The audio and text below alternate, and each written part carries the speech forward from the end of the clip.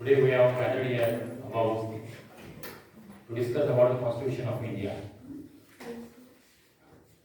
We all know आपल्या सर्वांना माहिती आहे.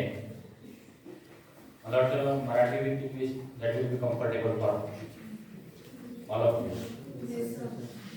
आपल्या सगळ्यांना माहिती आहे की आपल्या देशावर ब्रिटिशांचं राज्य होतं आणि 15 ऑगस्ट 1947 ला भारत स्वतंत्र झाला. त्यानंतर खरा प्रश्न होता की हे जे मोठं राज्य आहे, आपला देश आहे, ते चालवायचं कसं आणि कशा पद्धतीने चालवायचं. एक साधी गोष्ट असते. फॉर एक्झाम्पल समजा आजचा आपण एक प्रोग्राम घेतला तर तो प्रोग्राम मध्ये स्पीकर कोण असेल, किती वाजता ठेवायचा, किंवा या सगळ्या गोष्टी आपल्याला अरेंज कराव्या लागतात. आणि इथे तर आपल्या पूर्ण देशाचा प्रश्न होता आणि हा देश आपल्याला काही 1 दिवस 4 दिवस किंवा वर्ष 2 वर्ष नाही तर कायम स्वरूपात चालवायचा होता. मग त्यासाठी काहीतरी रिटन कॉन्स्टिट्यूशन आपल्याला असणे गरजेचं होतं. आणि म्हणून आपल्या सर्वांना माहिती आहे की डॉक्टर बाबासाहेब आंबेडकर यांच्या अध्यक्षतेखाली एक समिती नेमण्यात आली आणि या समितीमध्ये सुरुवातीला जवळजवळ 389 मेंबर्स होते. पण त्याच्यानंतर तुम्हाला माहिती आहे की पार्टिशन झालं, भारत आणि पाकिस्तान हे वेगळे झाले आणि त्याच्यामुळे त्या प्रांतामध्ये जे काही मेंबर होते, इलेक्टेड मेंबर, ते कमी झाले आणि शेवटी 299 म्हणजे 299 मेंबर या समितीमध्ये राहिले.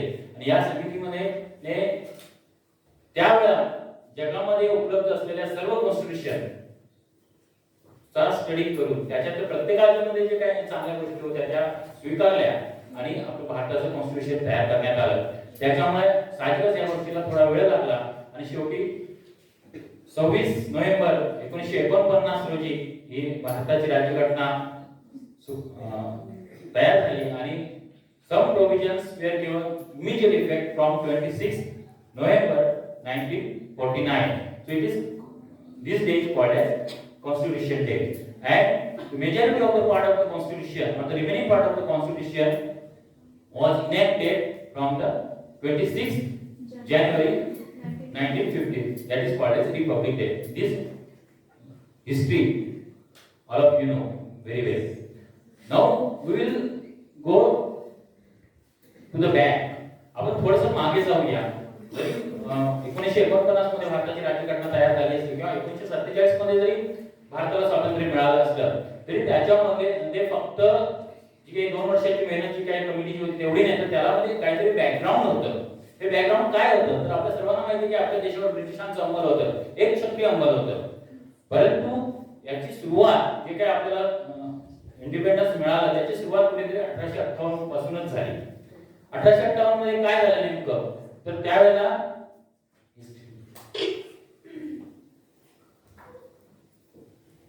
त्यावेळेचं जे गव्हर्नमेंट ऑफ इंडिया ऍक्ट होतं 1858 त्यानुसार म्हणजे याच्या आधी कसं होतं की पूर्णपणे जे काही भारतामध्ये निर्णय घेतले जायचे किंवा भारतामध्ये जे काही डिसिजन घेतले जायचे ते कुठून घेतले जायचे, इंग्लंड मधून, ब्रिटन मधून. म्हणजे तिथले राज्य किंवा तिथले जे एम्पायर होते ते तिथे बसून निर्णय घेत होते.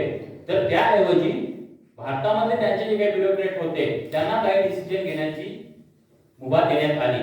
एवढाच फक्त बदल गव्हर्नमेंट ऑफ इंडिया ऍक्ट मध्ये झाला. मात्र यामध्ये कुठेही भारताच्या लोकांचं पार्टिसिपेशन नव्हतं किंवा भारताचे रिप्रेझेंटेटिव्ह किंवा पीपल्स रिप्रेझेंटेटिव्ह अगदी 0% मध्ये. फक्त एकच गोष्ट चांगली होती की जे काही निर्णय घ्यायचे ते तिथे बसून न घेता इथले जे त्यांचे जे ब्युरोक्रेट आहेत त्यांनी घ्यायचे होते. म्हणजे कुठेतरी भारताच्या बाजूने निर्णय घ्यायला जस्ट सुरुवात झाली होती. त्याच्यानंतर पुढचे जे सबसिक्वेंट सगळे ऍक्ट आहेत, इंडियन काउन्सिल ऍक्ट असेल, इंडियन काउन्सिल ऍक्ट 89 असेल, मॉर्गन विक्टो रिफॉर्म असेल, मॉन्टेग्यू किंवा गव्हर्नमेंट ऑफ इंडिया ऍक्ट पासून जे अगदी इंडियन इंडिपेंडन्स ऍक्ट 1947 पर्यंत या सगळ्यामध्ये काय होत गेलं की हळूहळू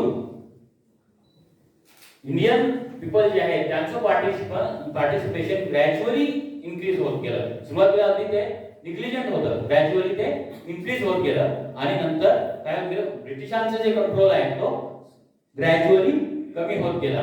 आणि असं होता होता शेवटी काय झालं 18 जुलै 1947 ला इंडियन इंडिपेंडन्स ऍक्ट पास झाला आणि ह्या ऍक्ट प्रमाणे भारतावर असलेलं ब्रिटिशांचं जे राज्य आहे ते संपुष्टात आलं आणि त्याची प्रत्यक्ष अंमलबजावणी 15 ऑगस्ट 1947 पासून झाली, ज्याला आपण इंडिपेंडन्स डे असं बोलतो. आणि ते इंडिपेंडन्स मिळाल्यानंतर पहिली गोष्ट होती की ब्रिटिशांचं राज्य होतं, ब्रिटिशने निघून गेले होते ब्रिटिशांच्या आधी आपल्यावर कोणाचं राज्य होतं? वेगवेगळे राजे महाराजे यांचं राज्य होतं. त्यांचं जो अंमल होता किंवा त्यांचं जे राज्य ते ऑलरेडी संपुष्टात आलेलं होतं. मग आता हे राज्य कुणी चालवायचं आणि कशा प्रकारे चालवायचं यासाठी कॉन्स्टिट्यूशन लिहिण्याची गरज होती आणि म्हणून ती लिहिली गेली आणि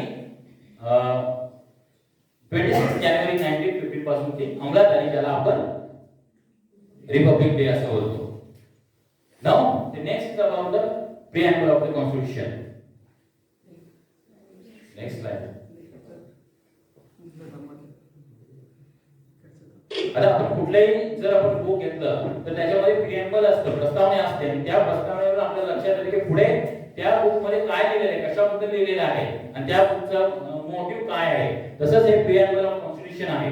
आता या प्रिएम्बल ऑफ कॉन्स्टिट्यूशन मध्ये आपण जर बघितलं तर पहिल्यांदा आपल्याला दिसते की जो वर्ड आहे we the people of India. So what is the meaning of this we the people of India? आपण इंडियाचेच पीपल आहोत म्हणजे बोलण्याची काय गरज आहे? तर लक्षात घ्या सगळ्या याच्यामध्ये सुद्धा हिस्ट्री आहे की कोणतंही आपण जर एखादं कार्ड साधं वेडिंग कार्ड जर छापायचं म्हटलं त्याला पहिलं वाक्य काहीतरी असतं. म्हणजे समजा लग्नाचं कार्ड असेल तर आपण काय लिहितो? आमच्या इथे श्री कृपे करून किंवा the name of Allah the most beneficial and merciful असं आपण लिहितो. तसं याच्यामध्ये काय लिहावं हा सुद्धा प्रश्न होता आणि त्याच्यासाठी त्याची we the people of India आहे हे सुद्धा इलेक्शन नंतर ठरवलं गेलं. जे कमिटी मेंबर होते, कोणती कमिटी? Constitution framing committee. त्यांच्यामध्ये इलेक्शन झालं की सुरुवात कुठून करायची आणि ती सुरुवात ते इलेक्शन नंतर ठरवण्यात आले की याची सुरुवात जी आहे we the people of India पासून करायची. आता we the people of India म्हणजे नक्की काय? तर याचं मीनिंग आहे की याच्या आधी ब्रिटिशांचा अंमल होता तो आपल्यावर राहणार नाही किंवा त्याच्या आधी जे राजे महाराजे होते त्यांचा जो कंट्रोल होता तो राहणार नाही. तर पूर्ण कंट्रोल हा नावाचा राहणार आहे people and of the government which is elected by the people. So it is governed, ultimately it is governed by we the people of India. So our state, our country is governed by we the people of India. The next is sovereign. What do you mean sovereign? मराठीमध्ये ज्याला आपण सार्वभौम असं बोलतो म्हणजे नक्की काय? आता आपण जर लिटरली मीनिंग बघितलं सोव्हरेनचं तर सुप्रीम और सुप्रीम पॉवर म्हणजे आता असं अर्थ आहे का की पूर्ण जगामध्ये आपण सुप्रीम पॉवर आहोत असं अर्थ घ्यायचं का? तर नाही. तर वी आर सुप्रीम और we are capable of taking our own decision. That is decision about our country. No one can control the decision of our country. आता आपण बघतो की आपण आपला जो देश आहे भारत देश आहे तो हा जगाच्या पातळीवर वेगवेगळ्या संघटनांचा मेंबर आहे. For example UNO, United Nation Organization. तर हे युनो वगैरे जे आहेत ते आपल्याला सजेशन देऊ शकतात, गायडन्स देऊ शकतात, पण ते आपल्या देशाला कंट्रोल करू शकत नाही. फॉर एक्झाम्पल आपल्या सगळ्यांना माहितीच आहे की काश्मीरचा जो मुद्दा आहे भारत आणि पाकिस्तान मधला जो वादाचा मुद्दा आहे तो आपण युनोकडे सोपवलेला आहे. त्याच्यामध्ये ते गाईड करू शकतात किंवा त्याच्यामध्ये ऍज ए मेडिएटर म्हणून त्यांचा रोल आहे, पण ते आपल्याला कंट्रोल करू शकत नाही की त्यांचं सांगणं की बाबा तुम्ही पाकिस्तान बरोबर असंच करा हे ते कंट्रोल करू शकत नाही. किंवा आपला जर एखादा डिसिजन आहे फॉर एक्झाम्पल आता बुलेट ट्रेन बद्दल भारताने जपानशी करार केला तर हा करार करा किंवा करू नये तुम्ही का केला असं आपल्याला कोणीही सांगू शकत नाही बाहेर. So we are free to take our own decision. That is the meaning of sovereign. The next is socialist. Actually हा जो सोशलिस्ट जो वर्ड आहे हा प्रिएम्बल मध्ये सुरुवातीपासून नव्हता. That should be very clear. That word was inserted after 42nd amendment in 1976. Socialist as well as secular हे दोन्ही जे वर्ड आहेत ते नंतर 1976 मध्ये त्याच्यामध्ये ऍड केले गेले. तर सोशलिस्ट याचा अर्थ काय? एक तर आपण वेगवेगळे जगामध्ये वेगवेगळ्या प्रकारचे शाही असतात म्हणजे भांडवलशाही म्हणजे कॅपिटलिझम. कॅपिटलिझम मध्ये काय असतं सगळं काही प्रायव्हेटायझेशन असतं. म्हणजे आपले एसटी असेल, आपलं एअरपोर्ट असेल, आपलं जे काय पेट्रोल पंप असेल सगळं काय असतं प्रायव्हेट कुठल्या तरी कंपनीच्या अंडर असतं. आणि ऑफकोर्स ज्यावेळेस त्या कंपनीच्या अंडर असतं तेव्हा ती कंपनी काय करणार त्याचं बेनिफिट बघणार. त्यामुळे लोकांचा फायदा किंवा तोटा याचा विचार केला जात नाही. दुसरं असतं कम्युनॅलिझम. कम्युनॅलिझम हे एक्झॅक्टली अपोजिट आहे. जे काही देशामध्ये असते प्रॉपर्टी असते सगळी कुणाची असते? गव्हर्नमेंटची. That means that is of the people which is governed by the government. आणि आपल्याकडे काय आहे तर आपण नाही we are neither capitalistic neither communalism. there is socialist. This is in between. That means to some extent there is privatization and to some extent there is government control. But even if there is privatisation, ज्या private company आहेत किंवा एखादी company आहे तर त्या कंपनीमध्ये मात्र control कोणाचा असतो तर गव्हर्नमेंटचा असतो. ते पूर्ण फ्री नसतात. कंट्रोल जो आहे तो गव्हर्नमेंटचा असतो आणि गव्हर्नमेंटचा असतो म्हणजे आपला असतो, because government is elected by us. The next word is secular. So what is the meaning of secular? Secular here means the state has no religion of its own. म्हणजे देशाचा राष्ट्राचा असा स्वतःचा असा कुठलाही धर्म नाही. म्हणजे बॉस ह्या देशाचा हिंदू धर्म आहे, या देशाचा मुस्लिम धर्म आहे किंवा या देशाचा ख्रिश्चन धर्म आहे, सिख धर्म आहे असं नाही. दुसरी गोष्ट असं आहे state, here state means not Maharashtra state और Kerala state etcetera. State means country और government. The state cannot promote any particular religion. म्हणजे कुठल्याही एका पर्टिक्युलर रिलीजनला ते प्रमोट करू शकत नाही. But at the same time state cannot interfere with the religion. म्हणजे प्रत्येक रिलीजनचे काही इंटरनल मॅटर असतात त्याच्यामध्ये स्टेटला इंटरफेअर करता येत नाही. That is the meaning of secular. Then आता मगाशी सांगितलं सेक्युलर हा वर्ड सुद्धा 1976 मध्ये 42nd अमेंडमेंट नंतर इन्सर्ट करण्यात आलेला आहे. आता त्याच्यानंतरचा जो प्रश्न आहे तो व्हॉट आहे तो democratic. Democratic means we are, आपलं जे गव्हर्नमेंट असतं ते आपण कसं इलेक्ट करतो बाय इलेक्शन. आपल्याला जो कॅन्डिडेट पाहिजे आपण इलेक्ट करतो आणि ते इलेक्टेड मेंबर्स असतात म्हणजे आमदार असतील, खासदार असतील, ते बाकी वर्षी जे मुख्यमंत्री असतील किंवा प्राईम मिनिस्टर असतील किंवा इव्हन प्रेसिडेंट ऑफ इंडिया आहे ते इलेक्ट करत असतात. म्हणजे अल्टिमेटली इनडायरेक्टली आपणच ह्या सगळ्यांना इलेक्ट करत असतो. म्हणून आजच्या दिवसाचं जे महत्व आहे त्याच्यासाठी आहे. तुम्ही जर म्हणताय आम्हाला चांगलं गव्हर्नमेंट पाहिजे तर आपण नुसतं बोलून चालणार नाही. तर तुम्हाला जे गव्हर्नमेंट चांगलं वाटतं त्याला वोट करणं सगळ्यात पहिली गोष्ट आहे, महत्वाचं आहे.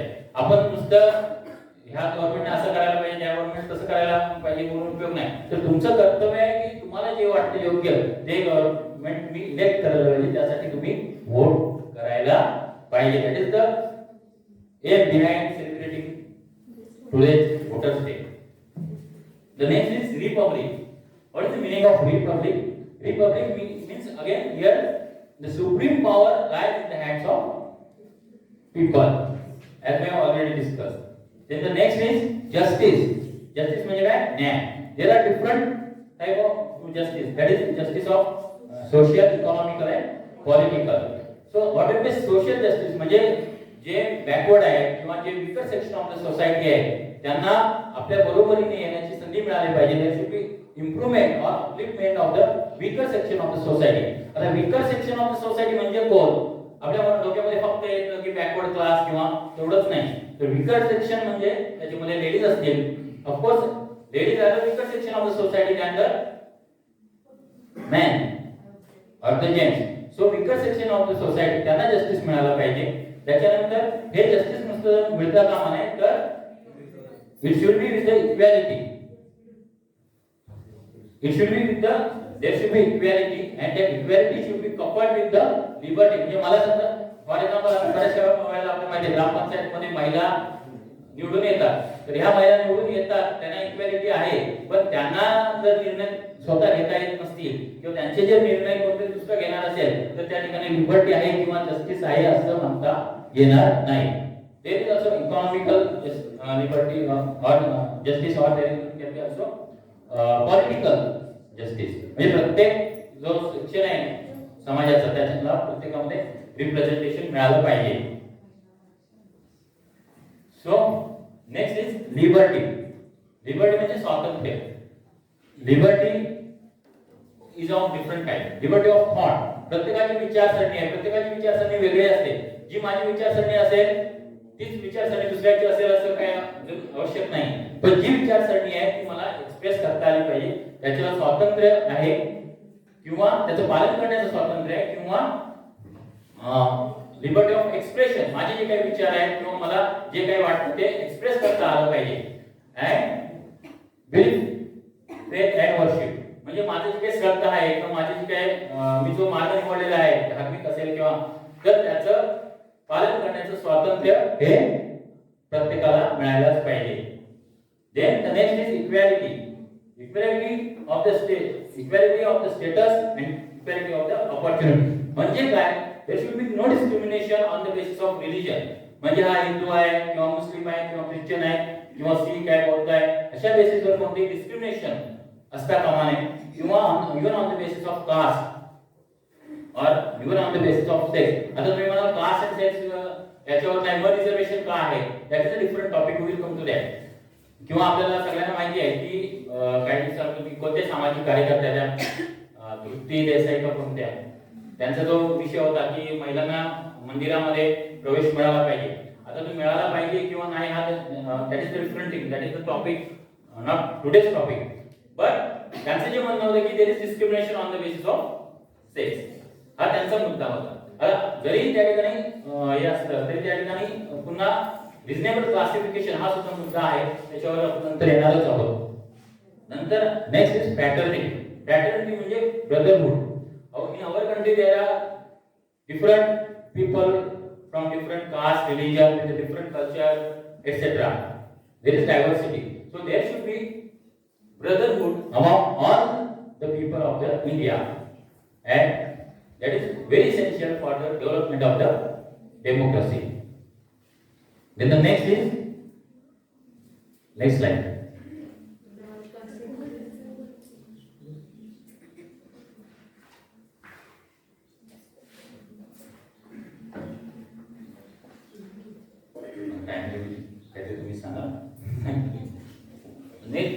What are the silent features of Indian Constitution?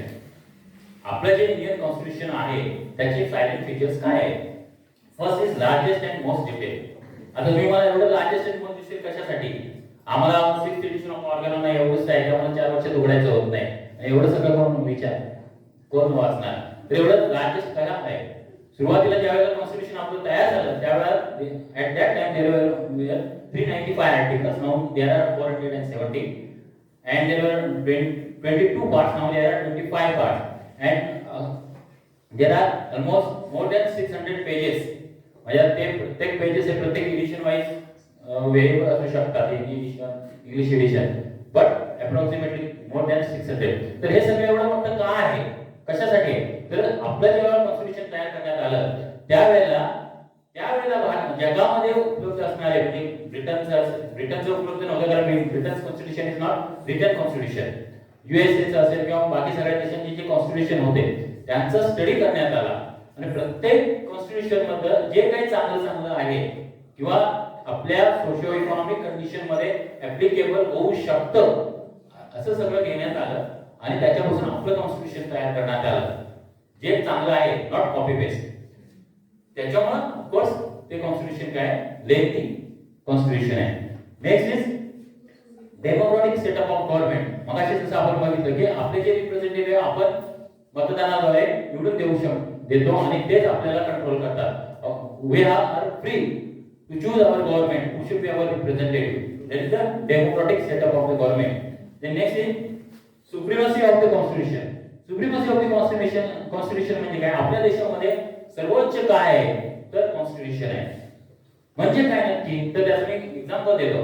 आता बरेचसे आपले जे लॉ आहेत ते ब्रिटिश लॉ पासून डिराइव्ह केलेले असले तरी जसंच्या तसं कॉपी पेस्ट केलेलं नाही. इंग्लंडमध्ये काय आहे? इंग्लंडमध्ये पार्लमेंट एक सुप्रीम आहे. म्हणजे समजा पार्लमेंटने एखाद्या वेळेस म्हटलं की हा मुलगा आहे त्याला उद्यापासून मुलगी म्हणायचं, का म्हणायचं? पार्लमेंटने ठरवलं. Parliament is supreme, there is no challenge. But आपल्या देशामध्ये तसं नाही. आपल्या देशामध्ये काय, जर एखादा कायदा पार्लमेंटने केला तरी तो त्याचा कॉन्स्टिट्यूशन मध्ये बसत नसेल, if it is unconstitutional, then it can be challenge in supreme court and then court will decide whether it is constitutional or unconstitutional. So what is the which power is supreme? Constitution, not the parliament. This is the feature of Indian constitution. Then the next is rigidity and flexibility. Rigidity means what? आपले जे constitution आहे त्याच्यामध्ये जे काही part आहे हा rigid आहे. It is very difficult to amend it, it is difficult to change it. म्हणजे ते एकतर चेंज करता येत नाही किंवा जरी तो चेंज करायचा असेल तर त्याला मेजॉरिटी असावीच लागते, म्हणजे तो मेजॉरिटी पास व्हावा लागतो लोकसभेमध्ये आणि राज्यसभेमध्ये. याच्याशिवाय most majority of the states सुद्धा त्याला मान्यता असावी लागते. असे जे अमेंडमेंट आहे, असे जो पार्ट आहे that is rigid part. For example in case of fundamental rights जे आहे ते फंडामेंटल राईट्स सिंपल मेजॉरिटीने अमेंड करता येत नाही. पण काही पार्ट जो आहे म्हणजे बॉर्डर स्टेटच्या किंवा बाकी सगळ्या रिव्हरचे वगैरे तो मात्र फ्लेक्सिबल आहे, तो मात्र अमेंड होऊ शकतो. सो देयर इज रिजिडिटी, म्हणजे जे बेसिक स्ट्रक्चर आहे फंडामेंटल लॉज वगैरे फंडामेंटल राईट्स वगैरे ते रिजिड आहे, बाकीच्या बाबतीमध्ये ते फ्लेक्सिबल आहे.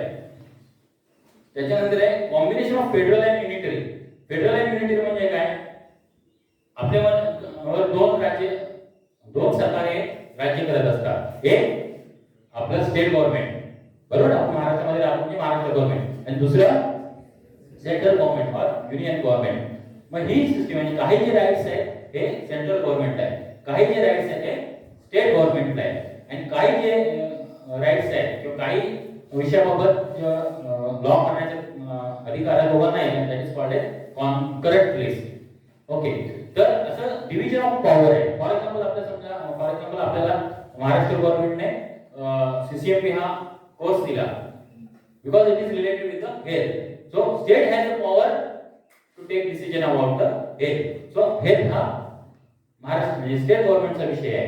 असं प्रत्येक, पण जर आपली बॉर्डर आहे भारत पाकिस्तानची बॉर्डर, तर त्याचा जो निर्णय आहे हा महाराष्ट्र गव्हर्नमेंट घेऊ शकत नाही, किंवा जरी ते कुठल्या तरी गुजरात किंवा राजस्थानला लागून असलं किंवा काश्मीरला लागून असलं तरी ते डिसिजन घेऊ शकत नाही. तो डिसिजन कोणी घ्यायचा आहे, central government. So there is division of power. So that is called as federal or this federalism. Then next is judicial uniformity. Judicial uniformity म्हणजे काय, आपल्याकडे काही जे ऍक्ट आहेत ते गव्हर्नमेंट सेंट्रल गव्हर्नमेंट तयार करतं सेंट्रल, आणि काही जे ऍक्ट आहेत हे कोण करतं, महाराष्ट्र गव्हर्नमेंट. किंवा इव्हन काही जे ऍक्ट असतात ते महाराष्ट्र गव्हर्नमेंट सुद्धा नाही, तर ती जी बॉडी स्टॅच्युटरी बॉडी असते, म्हणजे for example motor vehicle act, ते जे मोटर डिपार्टमेंट आहे ते करतं. पण ह्या सगळ्यांची जी अंमलबजावणी, समजा एखादा दोषी असेल तर त्याच्यासाठी असं नाही ना की सेंट्रल गव्हर्नमेंटच्या ऍक्ट साठी वेगळं कोर्ट आहे आणि महाराष्ट्र गव्हर्नमेंटचे जे लॉज आहेत त्याच्यासाठी वेगळा कोर्ट आहे. एकाच कोर्टामध्ये depending on the nature of crime ते डील केले जातात. That is called as judicial uniformity. Then the next very important that is the single citizenship. Single citizenship म्हणजे काय, मगाशी बघितल्याप्रमाणे आपल्यावर राज्य कोण करतं, किती गव्हर्नमेंट करतात, दोन. पण आपली जी सिटीजनशिप आहे ती मात्र सिंगल आहे, किंवा प्रत्येक स्टेट वेगळी नाही आहे. म्हणजे महाराष्ट्रामध्ये राहणाऱ्याला महाराष्ट्राची सिटीजनशिप आणि इंडियाची सिटीजनशिप, किंवा केरळामध्ये राहणाऱ्याला केरळाची आणि इंडियाची, किंवा गुजरातमध्ये राहणाऱ्याला गुजरात आणि इंडियाची, असं नाहीये. बऱ्याचशा ठिकाणी जे बाकीचे जे फेडरल गव्हर्नमेंट आहे त्या ठिकाणी असं आहे, पण आपल्या इंडियामध्ये तसं नाहीये. तुम्ही भारताच्या कुठल्याही कोपऱ्यामध्ये राहा, तुम्ही आसाममध्ये राहा, कन्याकुमारीमध्ये राहा, तुमची सिटीजनशिप ही फक्त we are the citizen of India, we are not citizen of Maharashtra, we are the citizen of India. The next very important that is the independent judiciary. म्हणजे ते न्याय व्यवस्था जी आहे ती इंडिपेंडेंट आहे, it is not under the control of any government. त्याचबरोबर election commission आहे, इलेक्शन कमिशन स्वतः निर्णय घेते कधी इलेक्शन घ्यायचे, कधी ते डिक्लेअर करायचं, कधी त्याचा रिझल्ट डिक्लेअर करायचा, किंवा त्याच्यामध्ये जर समजा कुठले काही वाद असतील तर त्याच्याबद्दल निर्णय घेण्याची सुद्धा त्यांना स्वायत्ता आहे. म्हणजे ही जी मशिनरी आहे ही इंडिपेंडंट मशिनरी आहे. त्याच्यानंतर next is fundamental rights and duties. प्रत्येक नागरिकाला काही फंडामेंटल राईट्स दिलेले आहेत, मूलभूत अधिकार दिलेले आहेत. मागाशी सांगितल्याप्रमाणे ते सहजासहजी चेंज करता येत नाही, पण ज्या प्रकारे आपल्याला राईट्स दिलेले आहेत त्याचप्रमाणे काही ड्युटी सुद्धा दिलेल्या आहेत. जसे नाण्याचे दोन बाजू असतात, म्हणजे असं नाही की मला फक्त राईट्स पाहिजे आणि मला ड्युटीज नको आहे. जसं आता आपण बघितलं प्रेस घेतली, म्हणजे मतदान करणे ही आपली ड्युटी आहे. We have the duty along with the rights. Then next is directive principle. Directive principle म्हणजे काय, these are the guidelines for the government, but these guidelines are expected to be obeyed by the government and taken into consideration while making the law. जेव्हा एखादा कायदा निर्माण केला जातो त्यावेळेला हे गाईडलाईन्स विचारात घेऊन तो कायदा तयार करावा अशी अपेक्षा आहे. But those are not mandatory. म्हणजे ते जर नाही केलं म्हणून they are not enforceable in law, enforceable in court, but no action can be taken against the government. That is called as directive principle. Very famous example of this बऱ्याच जणांना माहिती आहे. आपल्याकडे जे हे आहे युनिफॉर्म सिव्हिल कोड म्हणजे काय? What is uniform civil code? समान नागरी कायदा. हा काही म्हणजे तर समान नागरी कायदा म्हणजे युनिफॉर्म सिव्हिल कोड मध्ये बद्दल जे डायरेक्टिव्ह प्रिन्सिपल आहे आर्टिकल 44 मध्ये उल्लेख केलेला आहे. तरी सुद्धा आपल्या भारतामध्ये अजून समान नागरी कायदा आलेला नाही. समान नागरी कायदा म्हणजे काय? तुम्ही हिंदू असा, मुस्लिम असा, ख्रिश्चन असा, कुणी असा, तुम्हाला सगळ्यांना एकच कायदा लागू होतो. आपल्याकडे आता कसं आहे, बाकीच्या बाबतीत समान कायदा आहे. म्हणजे मी चोरी केली तर मला तोच कायदा आहे, दुसऱ्याने चोरी केली तर तोच कायदा आहे. पण जेव्हा माझ्या मॅरेज बद्दल किंवा डायव्हर्स बद्दल जो विषय येतो त्यावेळेला मला पर्सनल लॉ माझ्या धर्माचा अप्लाय होतो. हा जो डिफरन्स आहे तर तो न ठेवता युनिफॉर्म सिव्हिल कोड असावा असं काहींचं मत आहे. पण त्याच्यामध्ये अडचण काय आहे तर हे जे प्रिन्सिपल आहे हे डायरेक्टिव्ह प्रिन्सिपल आहे. त्याच्यामुळे it is not enforceable in court of law. दुसरी गोष्ट असं आहे की दुसऱ्या बाजूला जो धार्मिक स्वातंत्र्याचा अधिकार आहे article 25 that is fundamental rights. And ज्या वेळेला असा प्रश्न येतो, एका बाजूला फंडामेंटल राईट्स सांगते की तुम्हाला धार्मिक स्वातंत्र्याचा अधिकार आहे, तुम्हाला तुमच्या जे पर्सनल लॉज आहेत त्याप्रमाणे तुम्हाला हे डायव्होर्स किंवा मॅरेजचे डिसिजन घेण्याचा अधिकार आहे. दुसऱ्या बाजूला डायरेक्टिव्ह प्रिन्सिपल काय सांगतं की there should be uniform civil code. मग अशा वेळेला जेव्हा परिस्थिती येते त्यावेळेला always fundamental rights over rights the directive principle. त्याच्यामुळे आजपर्यंत होऊ शकलं नाही. त्याला कारण हे आहे. आणि फंडामेंटल राईट्स जर ऍक्ट करायचे असतील तर मग सांगितल्याप्रमाणे ते आर गरजेचे. म्हणजे आता याच्यामध्ये मतभेद असू शकतात. Whatever I am talking that is to the best of my knowledge can be variable because in law there are always differences of opinion. Okay, and I admit that. So these are the fundamental law. Then universal adult branches म्हणजे काही adult जे आहेत त्या adultना काही universal अधिकार दिलेले आहेत. For example आपल्याला मतदानाचा अधिकार कधी प्राप्त होतो? 18 years of age. After completing the 18 years, by now we are becoming major at the completion of 18 years. पण हा जो युनिव्हर्सल म्हणजे काय? जो कोणी आपल्या भारतामध्ये 18 वर्षाचा होतो त्या सगळ्याला अधिकार आहे. असं नाही की तो हिंदू आहे, तो मुस्लिम आहे, तो ख्रिश्चन आहे, किंवा तो अमुक कास्ट आहे, किंवा तो अमुक तो यूपी मधला आहे, तो केरळ मधला आहे, तो महाराष्ट्र मधला आहे. युनिव्हर्सल ऍडल्ट फ्रँचाइज म्हणजे प्रत्येकाला तो अधिकार दिलेला आहे. त्याच्यानंतर next is emergency provisions. Emergency provisions म्हणजे काय? ज्या वेळेला देशाला काहीतरी धोका निर्माण होतो, there are different types of emergencies or reason for emergency. एक तर जेव्हा बाहेरून काहीतरी धोका होतो, दुसरा एखादा देश आपल्या विरुद्ध वार पुकारतो, युद्ध पुकारतो त्यावेळेला, किंवा इंटरनल सिक्युरिटी जी असते कायद्याची सुव्यवस्था ज्यावेळेला नसते त्यावेळेला इमर्जन्सी डिक्लेअर केली जाऊ शकते. मला माहिती आहे इंदिरा गांधीच्या काळामध्ये ती केली गेली होती. आणि किंवा ज्यावेळेला फायनान्शियल क्रायसिस असतात त्यावेळेला सुद्धा इमर्जन्सी डिक्लेअर केली जाऊ शकते. मग इमर्जन्सी डिक्लेअर केली जाते ज्यावेळेला त्यावेळेला फंडामेंटल राईट्स जे असतात ते सस्पेंड होतात. म्हणजे ते तात्पुरते स्थगित ठेवले जातात. दे are not active at that time. तुम्हाला सगळ्यांना माहिती असेल ज्यावेळेला इंदिराजींनी इमर्जन्सी डिक्लेअर केली होती त्यावेळेला जे फ्रीडम ऑफ स्पीच आपल्याला आहे एक्सप्रेशन ते सस्पेंड केलेलं होतं. आणि त्यामुळे काही जणांना जेलमध्ये जावं लागलं. आणि ते लोक जेव्हा कोर्टामध्ये गेले की we have fundamental right of freedom of speech and expression, पण त्यावेळेला कोर्टाने सांगितलं की ज्या वेळेला इमर्जन्सी लागू केली जाते तेव्हा हे फंडामेंटल राईट्स काय केले जातात? सस्पेन्शन मध्ये ठेवले जातात. त्यामुळे you have no freedom of speech and expression असं त्यावेळेचा कोर्टाचा निर्णय आहे. त्याच्यामध्ये मतभेद असू शकतात. I am not talking anything with any political or any other intention.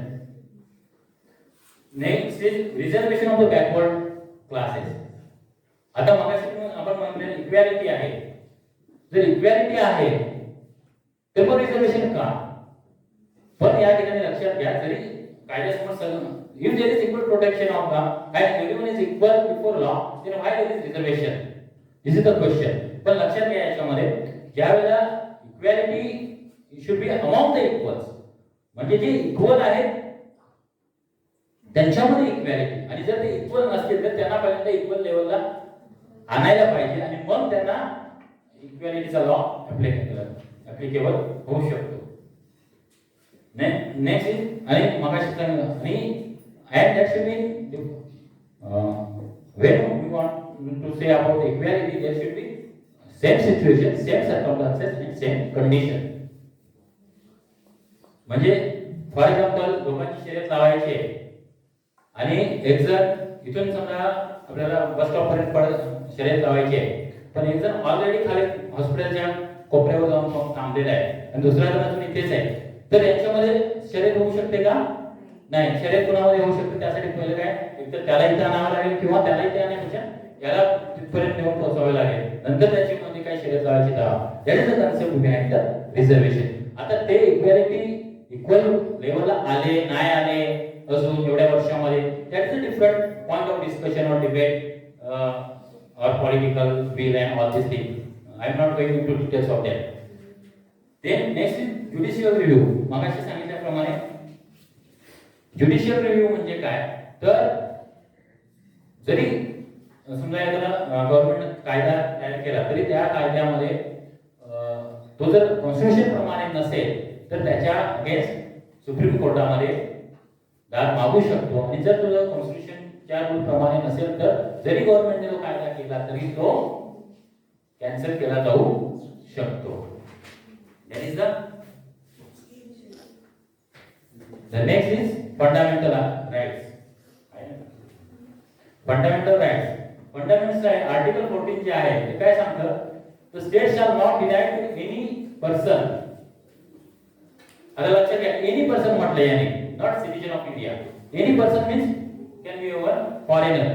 Equality before the law or equal protection of the law within the territory of India. म्हणजे तुम्ही जेव्हा टेरिटरी ऑफ इंडिया मध्ये असता तेव्हा तुम्हाला equal protection of law and equality before law.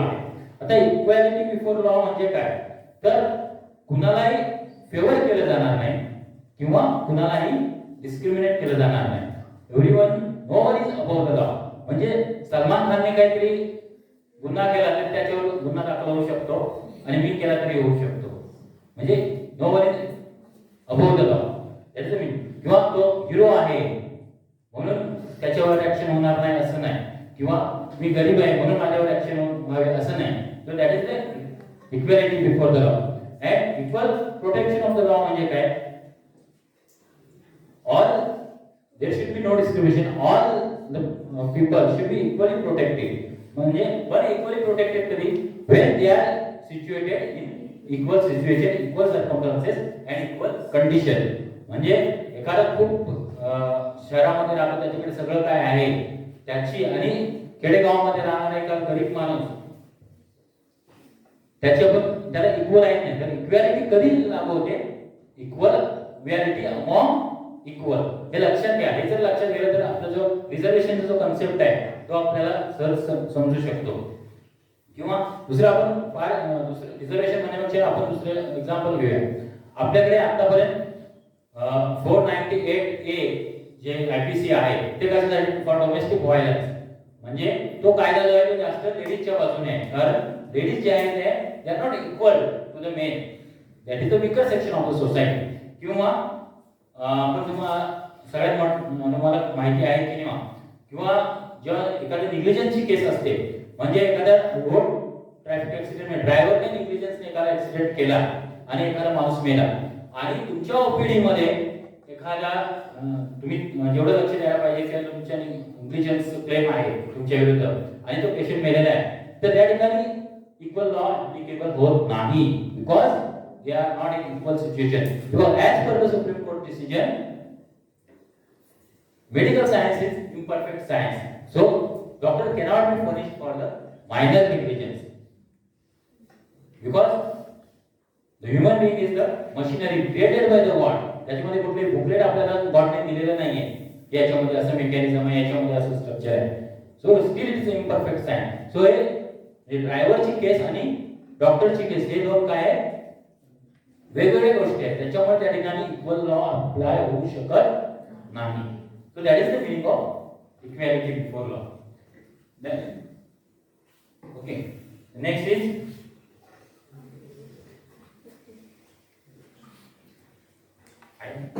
should I continue or?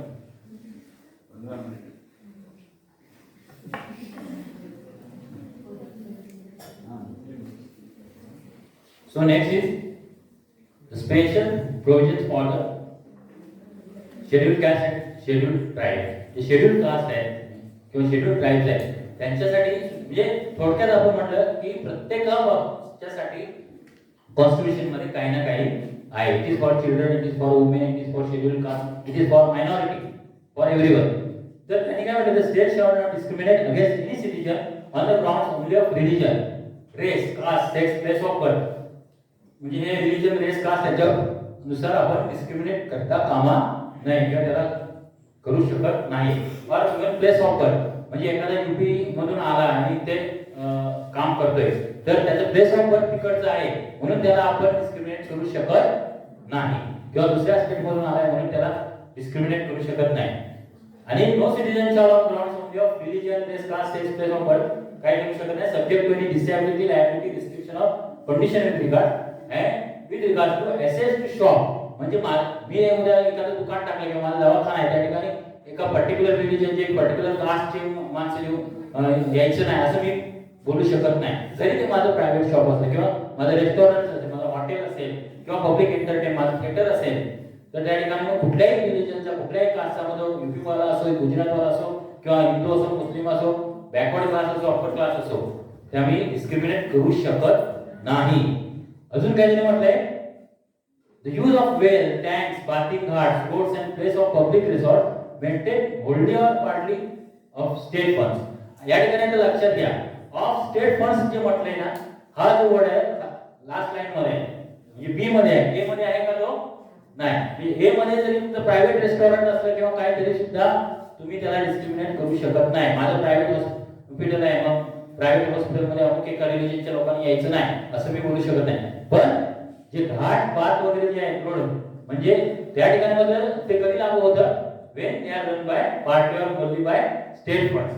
त्या ठिकाणी जे सरकारकडून ज्या जर फंड असेल, म्हणजे उद्या जर मी गेलो शाहरुख खानच्या स्विमिंग पूल मध्ये मला पोहायचं आहे, तो मला चालता होईल, त्याची बॉडीगार्ड मला फेकून देते, त्या ठिकाणी म्हणू शकत नाही I have the right because that is not run by state. लक्षात आलं का? जर ते स्टेट फंड मधून नसेल तर त्या ठिकाणी हे लॉ होतं. मात्र जे रेस्टॉरंट वगैरे आहे किंवा शॉप किंवा पब्लिक हॉटेल्स वगैरे जे आहे किंवा हॉटेल्स वगैरे त्या ठिकाणी मात्र ते लागू होतं. त्या ठिकाणी तुमचं प्रायव्हेट असो किंवा स्टेट गव्हर्नमेंटचं असो किंवा गव्हर्नमेंटचं असो, त्या ठिकाणी तुम्हाला डिस्क्रिमिनेट करता येत नाही. नेक्स्ट इज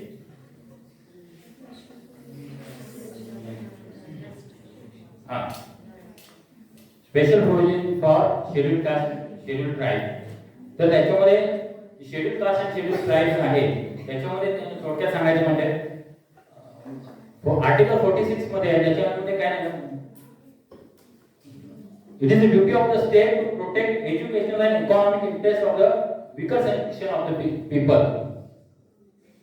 म्हणजे जे वीकर सेक्शन आहे, म्हणजे दलित आहे, मागासवर्गीय आहे, बॅकवर्ड क्लास आहे, त्यांचे इकॉनॉमिक इंटरेस्ट, त्यांना जे फायनान्शियल इंटरेस्ट जे आहे ते काय केले पाहिजे, गव्हर्नमेंटने प्रोटेक्ट केलं पाहिजे, किंवा एज्युकेशनल इंटरेस्ट असतील, इकॉनॉमिक इंटरेस्ट ते प्रोटेक्ट केले पाहिजे, किंवा and state is under obligation to protect them from injustice. त्याच्यावर कुठले अन्याय, अत्याचार वगैरे होणार नाही, ही जबाबदारी कोणाची आहे, गव्हर्नमेंटची. किंवा and all forms of exploitation. Exploitation म्हणजे काय, शोषण. पूर्वी आपण बघतो ते जुन्या हिंदी फिल्म मध्ये ठाकूर असायचा, त्याच्यामध्ये भरपूर लोक कामाला असायची आणि त्यांना काय तेवढे ते पैसे वगैरे द्यायचं नाही, म्हणजे त्यांना कामाची गरज आहे, भूकी नाही, त्यामध्ये कमी पैशामध्ये सुद्धा ते काम करत होते. हे काय झालं, एक्सप्लॉयटेशन. हे जे बॅकवर्ड तर एक्सप्लॉयटेशन होता कामा नाही असं कॉन्स्टिट्यूशनने 46 आर्टिकल मध्ये सांगितले आहे. त्याच्यानंतर 244 मध्ये काय सांगितलं, protection of scheduled and tribal area. म्हणजे जरी आपल्या आर्टिकल 19 मध्ये आपल्याला हा अधिकार आहे की आपण भारताचे नागरिक कुठेही जाऊन राहू शकतो, कुठे जाऊ शकतो किंवा कुठेही रिसाइड करू शकतो, सेटल होऊ शकतो. पण या सेटल होण्यामुळे, आपल्या सेटल होण्यामुळे किंवा आपल्यामुळे जर ते शेड्यूल कास्ट किंवा शेड्यूल ट्राईबचे जे जमिनी आहेत किंवा जे काही अधिकार आहेत, प्रॉपर्टी आहे, त्याच्यावर जर गदा येणार असेल, इम्पॅक्ट होणार असेल, तर आपल्याला त्या ठिकाणी तो जो आपल्याला 19 मध्ये जो दिलेला अधिकार आहे तो वापरता येत नाही. तुम्हाला माहिती असेल काही वर्षापूर्वी लवासाचा एक्झाम्पल, त्यावेळेस हा सगळा इश्यू रेज झाला होता. त्याच्यानंतर 15 मध्ये डिस्क्रिमिनेशन आपण बघितलेलंच आहे, ते सुद्धा शेड्यूल कास्टचा विषय सुद्धा त्यामध्ये येतो. त्याच्यानंतर आपण बघितलं की जे आर्टिकल 19 आहे त्याच्यानुसार आपल्याला कुठेही जाता येतं, कुठेही राहता येतं, रिसाइड करू शकतो आपण कुठे, म्हणजे मला वाटतं जाऊन आसाममध्ये सेटल व्हावं तर होऊ शकतो. पण त्याला एक्सेप्शन्स आहे की जर तो एरिया शेड्यूल कास्ट किंवा शेड्यूल ट्राईबची प्रॉपर्टी असेल किंवा तर मला त्या ठिकाणी राहता येणार आहे. अशी एक आसाममध्ये किंवा मिझोरममध्ये खूप अशा केसेस लॉच्या बुक्समध्ये आहेत. त्याच्यानंतर 335 जे आर्टिकल आहे त्याच्यानुसार जे बॅकवर्ड SC ST आहे त्यांना वेगवेगळ्या गव्हर्नमेंट पोस्ट आहे किंवा एम्प्लॉयमेंट आहे किंवा जे वेगवेगळी पदं आहेत म्हणजे वेगवेगळ्या महामंडळामध्ये किंवा जे नियुक्त्या वगैरे असतात, तर त्यांच्यामध्ये त्यांचा जो इंटरेस्ट आहे तो प्रोटेक्ट झाला पाहिजे, त्याच्यावर कोणी अतिक्रमण करता कामा नये. So these are the provisions for SC and ST.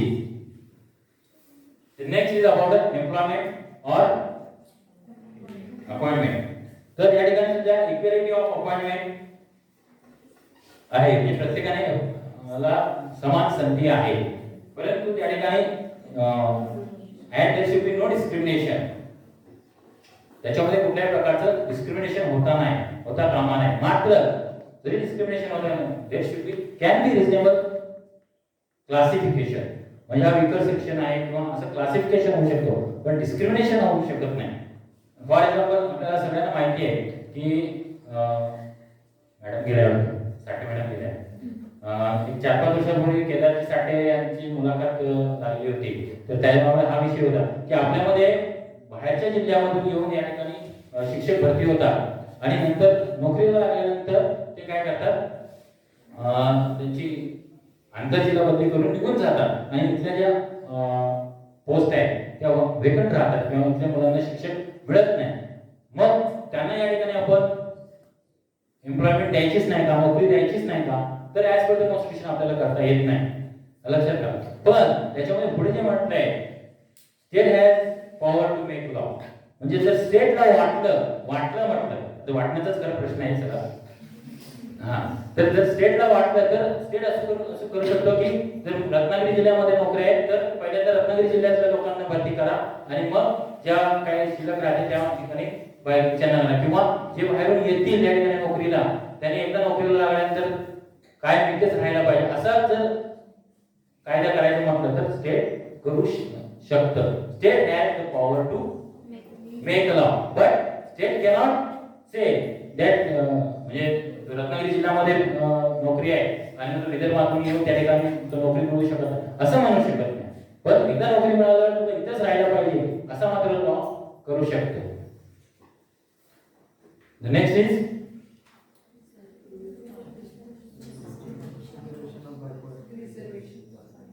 reservation of backward. ते सगळे याच्यामध्ये.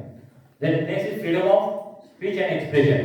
The freedom of speech and expression म्हणजे काय, तर मला बोलण्याचा अधिकार आहे किंवा एक्सप्रेशन आहे. प्रत्येकाचे काही बिलीफ असतात, म्हणजे पॉलिटिकल बिलीफ असतील, सोशल बिलीफ असतील किंवा रिलीजियस बिलीफ असतील. म्हणजे फॉर एक्झाम्पल मी समजा एका पर्टिक्युलर धर्माचा असेल तर माझे जे काही आयडियल्स आहेत ते फ्रीली बोलण्याचा अधिकार आहे. फ्री बोलण्याचा अधिकार म्हणजे काय, बोलण्याचं म्हणजे मी फक्त याच्यानेच बोलणारच नाही, म्हणजे स्पीच मध्ये बोलणारच नाही, मी कुठल्याही प्रकारे बोलू शकतो. मी व्हॉट्सअपवर बोलू शकतो, मी युट्यूबवर बोलू शकतो, मी बॅनर लावू शकतो, मी पोस्टर लावू शकतो, हे बोलणं मग ते तर हा अधिकार आहे, याच्यामध्ये कोणी तुम्हाला रोखू शकत नाही. मग ते रिलीजियस असेल किंवा सोशल असेल किंवा पॉलिटिकल असेल. समजा मी कुठल्या तरी एका पर्टिक्युलर पॉलिटिकल पार्टीला फॉलो करत असेल तर त्याच्याबद्दल बोलण्याचा किंवा मला अधिकार आहे.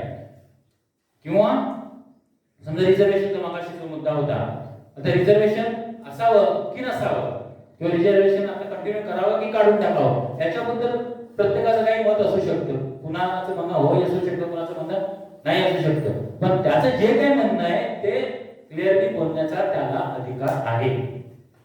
बोलण्याचा अधिकार म्हणजे फक्त तोंडाने बोलण्याचा अधिकार नाही. तो व्हॉट्सअपवर लिहू शकतो, लेख लिहू शकतो, युट्यूबवर बोलू शकतो, बॅनर लावू शकतो. बरोबर, मला जर वाटलं एखादं गव्हर्नमेंट चांगलं करते ते मी बॅनर करू शकतो, किंवा चुकीचं करते ते सुद्धा मला अधिकार आहे.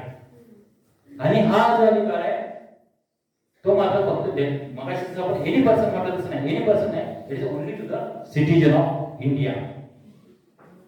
सिटीजन ऑफ इंडिया म्हणजे काय, त्याचा सुद्धा खूप डेफिनेशन आहे.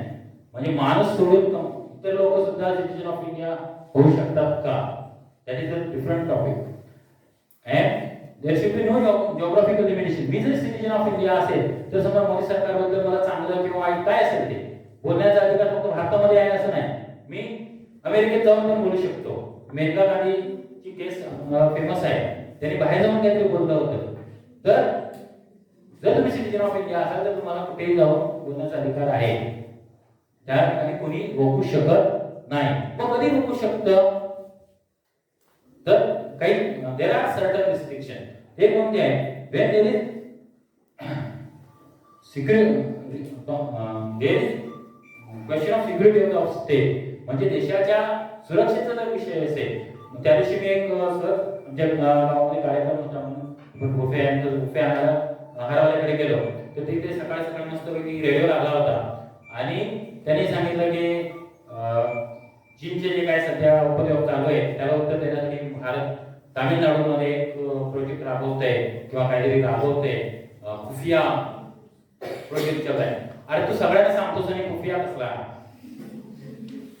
मग त्यामुळे काय होऊ शकतं, देशाला त्या सुरक्षेला प्रश्न निर्माण होऊ शकतो. तर अशा ठिकाणी मात्र बोलण्याचा अधिकार नाही.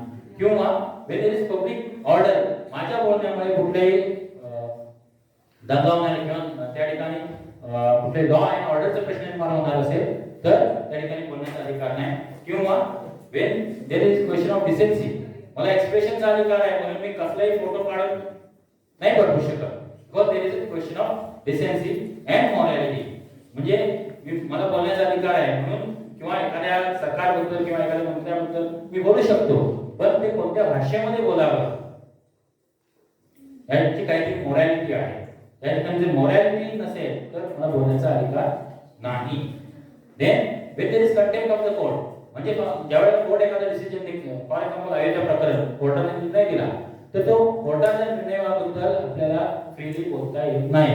If it is contempt of the court, तुम्ही कोर्टाला चॅलेंज करू शकत नाही. इफ तुम्हाला जर पटत नसेल तर तुम्ही त्याला बाय प्रोसिजर चॅलेंज करू शकता. त्याच्यानंतर वेन देयर इज डिफमेशन, दुसऱ्याचं कुठल्याही प्रकारचे खोटी गोष्ट सांगून दुसऱ्याच्या एखाद्याचं डिफेमेशन म्हणजे आपण नुकसानी होणार असेल तर त्या ठिकाणी फ्रीडम ऑफ स्पीच नाही. त्याच्यानंतर इन्साइटमेंट ऑफ ऑफेन्सेस, मी बोलल्यामुळे त्या ठिकाणी दंगा होणार असेल किंवा ते बोलतात ना अमुक एका लोकांना राहण्याचा अधिकार नाही किंवा अमुक एक लोकांना जगण्याचा अधिकार नाही वगैरे वगैरे, त्याच्यामुळे जर पब्लिक म्हणजे चिथावणीपर भाषा आपण म्हणतो आणि त्याच्यामुळे जर त्या ठिकाणी दंगे होणार असतील किंवा कुठल्याही प्रकारचा ऑफेन्स करायला प्रवृत्त होणार असेल किंवा बॉम्बस्फोट करायला प्रवृत्त होणार असेल, हे लोकांना जगण्याचा अधिकार नाही, त्यांना मारून टाका, म्हणजे त्यामुळे असं बोलल्यामुळे कोणतरी जाऊन त्यांच्यावर बॉम्ब फेकणार असेल म्हणजे ऑफेन्स करणार असेल तर त्या ठिकाणी that is a crime. That is here there is no freedom of speech and expression. त्या ठिकाणी मात्र तुम्हाला रोखलं जाऊ शकतं. Then when there is originality and integrity of nation, म्हणजे आपली जी युनिटी आहे देशामध्ये सर्व धर्मियांची किंवा सगळ्या स्टेटची किंवा सोजिनिटी आहे त्याच्यामुळे कुठेही धक्का बसेल अशा प्रकारचं जर एक्सप्रेशन असेल तर त्या ठिकाणी मात्र तुम्हाला अडवलं जाऊ शकतं. So right to life and personal liberty, त्या ठिकाणी काय म्हणतात, no person shall be deprived of his life or personal liberty except according to procedure established by law. हे आता आपण काय बोलतोय की this is related with our freedom life. सो या ठिकाणी दोन गोष्टी आहेत की first is life. So life म्हणजे काय, लाईफ म्हणजे फक्त जीवन जगण्याचा अधिकार नाही तर तो चांगल्या प्रकारे जगण्याचा अधिकार आहे.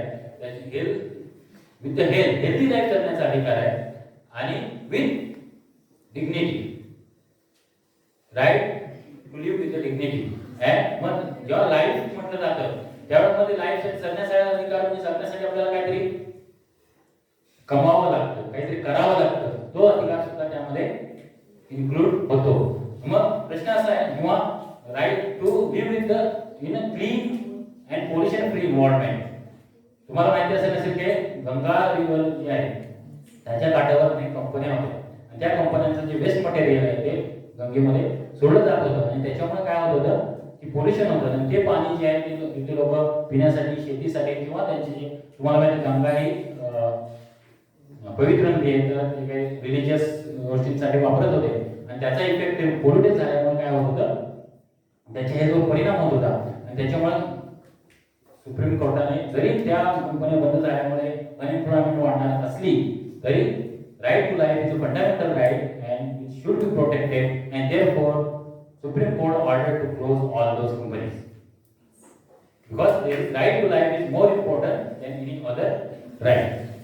Then now the question is and the right to life also includes right to live with the or right of healthy life. म्हणजे जर तुम्ही हेल्थी नसाल, तुम्हाला हेल्थ मिळणार नसेल तर नुसतं जगून काही उपयोग नाही. म्हणजे उगाच जगायचं म्हणून जगण्याला युक्त नाही. तर विथ द हेल्थ आता राईट टू तुम्हाला सगळ्यांना मी थोडक्यात एक 5 मिनिटातच सांगतो, तुम्हाला माहिती तुम्हाला एक हे सांगतो की पंजाबमध्ये एक माणूस होता आणि त्याला काही हेल्थ इश्यू होता, त्यासाठी तो गव्हर्नमेंटच्या हॉस्पिटलमध्ये गेला आणि ते या ठिकाणी गेल्यानंतर ती जी काही ट्रीटमेंटसाठी जी काही फॅसिलिटी हवी होती ती त्या ठिकाणी अवेलेबल नव्हती म्हणून त्या गव्हर्नमेंट हॉस्पिटलनं पुढच्या लेवलला म्हणजे अप्पर लेवलला त्याला पाठवलं. त्या ठिकाणी गेला, त्या ठिकाणी ट्रीटमेंट झाली, सगळं झालं, पण त्या ठिकाणी राहण्याची सोय नसल्यामुळे त्यांनी काय केलं रूम त्या ठिकाणी भाड्याने घेतली. त्याच्यानंतर बरं झाल्यानंतर त्यांनी काय केलं हे तुमच्या प्रायमरी लेवलला हे फॅसिलिटी अवेलेबल नसल्यामुळे मला पैसे भरावे लागले, रूम रेंट भरावा लागला, त्यामुळे गव्हर्नमेंटने रूम रेंट माझा द्यावा. गव्हर्नमेंटने सांगितलं रूम रेंट वगैरे हे आमच्या कन्सेप्टमध्ये येत नाही. तेव्हा कोर्टामध्ये गेला आणि कोर्टाने सांगितलं की it is the duty of the state to provide the facility of the health at the primary level. State cannot deny this facility and therefore court ordered to give compensation to that person. आणि अजून एक example सांगतो मी तुम्हाला. मला वाटतं माझे video बघत असाल तुम्ही तर त्याच्यामध्ये मी एक एक्झाम्पल सांगितलेलं आहे. देयर वॉज वन डॉक्टर, काय नावाचे नावाशी आपल्याला काही देणं घेणं नाही. He was working in a hospital as a medical officer किंवा doctor whatever may be. And during his course of employment, तो काम करत असताना काय झालं, तो कुठेतरी HIV इन्फेक्टेड झाला. मग कुठून झाला, कसा झाला, that is not matter of discussion, पण तो झाला. आणि ज्यावेळेला त्या सगळ्या स्टाफचे रुटीन चेकअप केलं गेलं त्यावेळेला तो त्याचा HIV रिपोर्ट आहे तो पॉझिटिव्ह आला. आता प्रश्न असा होता की काही दिवसामध्ये त्याचं लग्न होणार होतं आणि हॉस्पिटलने काय केलं की त्याची जी होणारी वधू आहे, होणारी जी बायको आहे, जी मुलगी होती त्याच्याबरोबर लग्न करणार तिला किंवा तिच्या फॅमिलीला ही गोष्ट सांगितली. मग ह्या डॉक्टरने काय केलं की तो कोर्टामध्ये गेला. There is breach of right of confidentiality, माझी सिक्रेट माहिती त्यांनी लिंक केली म्हणून कोर्टामध्ये गेला. पण या केसमध्ये कोर्टाने सांगितलं की जरी there is breach of duty of confidentiality if that hospital has not acted in general public interest in the interest of that girl who was supposed to be married, she would have infected, ती HIV positive झाली असती किंवा त्याच्यानंतर जे होणारे पुढे मुलं आहेत ते HIV पॉझिटिव्ह झाले असते. So here right to life, right to healthy life, right to health is more important than the right of confidentiality. So that is the meaning of right to. नाव याचा शेवटचा जो भाग आहे तो असा असेल, मग जर राईट टू हेल्थ आहे आपल्याकडे किंवा राईट टू लाईफ आहे आणि ते जर लाईफ चांगलं नसेल, if there is pain, there is suffering or the patient is suffering from incurable state or permanent vegetative state, then there is can that patient be allowed to die? Should it include the right to die? Should right to life include right to die? Yes or no? Yes or no? आता right to die म्हणजे that is called as C. माणूस कसा मरतो, एक तर homicide कोणीतरी मारतं म्हणजे किंवा सुसाईड स्वतःहून मरतो, किंवा जर तो पेशंट त्या ठिकाणी अशा कंडिशनमध्ये असेल की ते जगून काही उपयोगच नाही, there is too much pain and going suffering, so that patient can request another person to kill him. That is called as mercy killing. What legal term is called as euthanasia. म्हणजे तो patient स्वतःहून request करू शकतो. आणि involuntary म्हणजे patient is not having no capacity to request, so on behalf of him or her someone else is requesting. आणि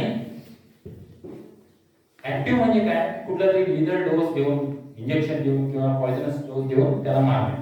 आणि passive म्हणजे काय, काही द्यायचं नाही पण जे आहे ते बंद करायचं. तर पेशंट इज ऑन व्हेंटिलेटर और life supportive system that is to be disconnected. तर हा प्रश्न आहे. मग प्रश्न असा आहे की आपल्या देशामध्ये आयपीसी जे 309 आहे त्याच्यामध्ये suicide or even attempt to suicide is punishable. Suicide punishable होऊ शकत नाही कारण सुसाईड केल्यानंतर पनिश करणार करतात सगळे, पण attempt to suicide is punishable according to IPC 309. मग ज्या देशामध्ये अटेम्प्ट टू सुसाईड इलिगल आहे, क्राइम आहे, पनिशेबल आहे, त्या देशामध्ये अशी परमिशन दिली जाऊ शकते का, हा खरा प्रश्न होता. पण जसा म्हणून त्याला काळाय तस्मै नमः, त्यानुसार म्हणजे काळानुसार काही गोष्टी कराव्या लागतात. तर मेंटल हेल्थ ऍक्ट 2017 मध्ये झालं. त्या 2017 मध्ये हा जे पनिशमेंट होती आयपीसी 309 सुसाईड थोडीशी डायल्यूट केली गेली. म्हणजे जेव्हा एखादा पेशंट, त्यांनी असं म्हटलं की ज्या वेळेला एखादा पेशंट सुसाईड करतो तेव्हा त्याची mental is in severe mental stress, therefore he cannot be punished.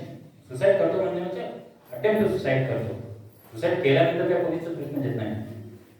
तर therefore he cannot be punished. ते कुठेतरी डायलॉग केलं जातं. मग हा जो प्रश्न आहे हे there is very famous case, that is Aruna Shanbaug case. किती जणांना माहिती आहे काय झालं होतं त्या केस मध्ये? She was staff nurse in KEM hospital Mumbai, आणि 1978 मध्ये ती कामावरती असताना हॉस्पिटलच्या एका भागाला दुसऱ्या भागामध्ये जात असताना संध्याकाळच्या वेळेस she was attacked by the sweeper of that hospital with the intention to rape her. तिला रेप करण्याच्या इंटेन्शनने जेव्हा अटॅक केला, आणि जी आपण कुत्र्याला बांधतो जी चेन, ती चेन तिच्या गळ्यावरती आवळली जेणेकरून तिने अपोज करू नये. आणि त्या केसमध्ये आणि काय झालं की त्याच्यानंतर when he tried to rape, he came to know that she was menstruating, and त्याच्यामुळे he just sodomized her and ran away. तर या केसमध्ये गळ्यावरती चेन आवळल्यामुळे काय झालं, she went into there was injury to brain stem and she was coma for more than 36 years. 36 years पर्यंत ती comma मध्येच राहिली. Only the best part of this story is that she was taken care by for all those years by hospital staff and doctors. त्या सगळे पूर्ण 36 वर्ष म्हणजे actually 42 वर्ष राहिली, पण 36 वर्ष मध्ये पूर्णपणे कोमामध्ये होती. त्याच्यानंतर थोडंसं त्याच्यामध्ये झाल्यानंतर काय म्हणतात की तिच्या वतीने सुप्रीम कोर्टामध्ये एक याचिका दाखल केली, पिटिशन दाखल केली, शी राईट टू डाय, तिला मरण्याचा अधिकार मिळावा, कारण असं पण तिचा जगून काही उपयोग नव्हता. ह्या केसमध्ये काय होतं त्याने की ऍक्टिव्ह युथॅनेशियासाठी परमिशन मागितली, म्हणजे ऍक्टिव्हली काहीतरी डोस वगैरे देऊन तिला मारावं. तर कोर्टाने असं म्हटलं जर आपण ऍक्टिव्ह युथॅनेशियाला परमिशन दिली तर काय होईल, इट विल बी मिसयूज. कुणी म्हणेल ना ते त्यांच्या नावाखाली कुणी कोणाला ऍक्टिव्ह डोस देऊन मारेल, म्हणून कोर्टाने त्यांना ऍक्टिव्ह युथॅनेशियाची परमिशन न देता पॅसिव्ह युथॅनेशियाची, पॅसिव्ह किलिंगची, पॅसिव्ह किलिंग म्हणजे जे काय व्हेंटिलेटर वगैरे असेल किंवा ऑक्सिजन सपोर्ट असेल तो काढून टाका, ते सुद्धा करण्यासाठी काही कंडिशन ठेवल्या. That should be certified by the committee of doctors.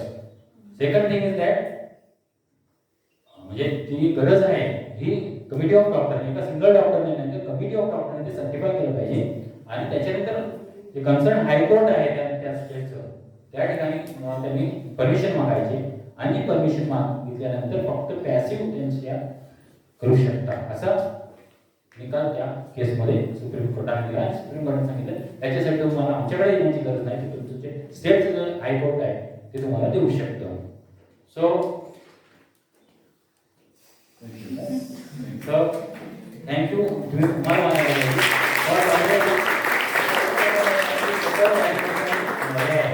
जसे ड्युटीज आहेत जसे राईट्स आहेत फंडामेंटल तसेच काही ड्युटीज ते आता वेळेवर आपण त्याच्यामध्ये डिटेलमध्ये जात नाही आणि there are also some rights which are given to the minority जे आहे म्हणजे आपल्याकडे 7 कम्युनिटी फक्त मायनॉरिटी आहेत कोणत्या